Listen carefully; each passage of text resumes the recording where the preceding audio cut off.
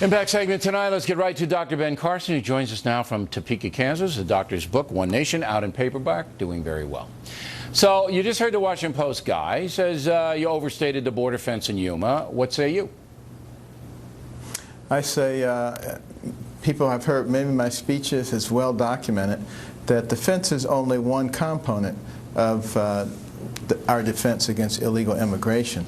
They did it correctly in Yuma. Not only did they put up a double fence with a road that allows quick access, but they also had border guards there, and they prosecuted first-time offenders rather than the catch-and-release program that has subsequently been right, that was a big thing, and word got out. So when you make a statement in a debate, you know, you don't have time to fill in all the blanks, and that's why I felt sorry for all you guys, not just you, because they're fact-checking stuff, and yeah, you say defense worked, and then you don't say, well, other things worked as well. It's not a deceit. It's just a matter of how much time you got and what the point you wanted to make it. So I thought you were okay there. Now I want to talk to you about terrorism. Well, believe me, if they really wanted to know, they would have gone back and look. There's plenty of statements that I've made about what you do to secure the fence. And if it were something that was according to their agenda, they would have gone back and said, well, you said this on March the 30th. Okay. Let's talk about terrorism. When the United States invaded Afghanistan to get bin Laden and take the Taliban out of power, you opposed that, correct? Well, I opposed Iraq and Afghanistan. I thought there were better ways to accomplish our goal. Okay, let's just take Afghanistan, because Iraq is, you know, that's a whole different thing. But Afghanistan, you had bin Laden there, you had the Al-Qaeda there, you had the Taliban harboring them. That position that you didn't support that initial action sets you apart from almost every other Republican in the country. So I want you to explain a position tonight. Yeah, I'll explain that because Afghanistan does not have a central government. It has 300 tribal leaders. The only successes that we have, which were limited, were through our association with the Northern Alliance of tribal leaders, and that helped for a while. That's sort of dissolved now. And what have we really accomplished? Every nation that has gone into Afghanistan to, quote, tame it has failed. So that doesn't mean that we couldn't take Osama bin Laden out. It doesn't mean that we couldn't take out the terrorist camps. But I don't see how we could possibly expect that we were going to do what no one else has been able to do. But if a government is declaring war on the United States, as the Taliban government did, you have to attack the government, do you not?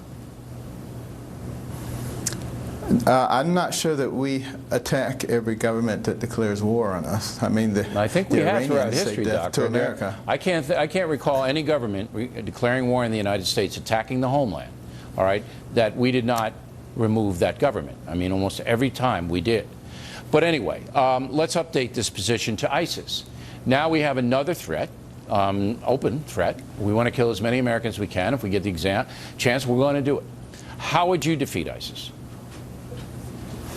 Well, first of all, make it very clear that we do want to defeat them. And I would use everything available to us. That includes the economic possibilities available to us. It involves all of our covert activities and special forces.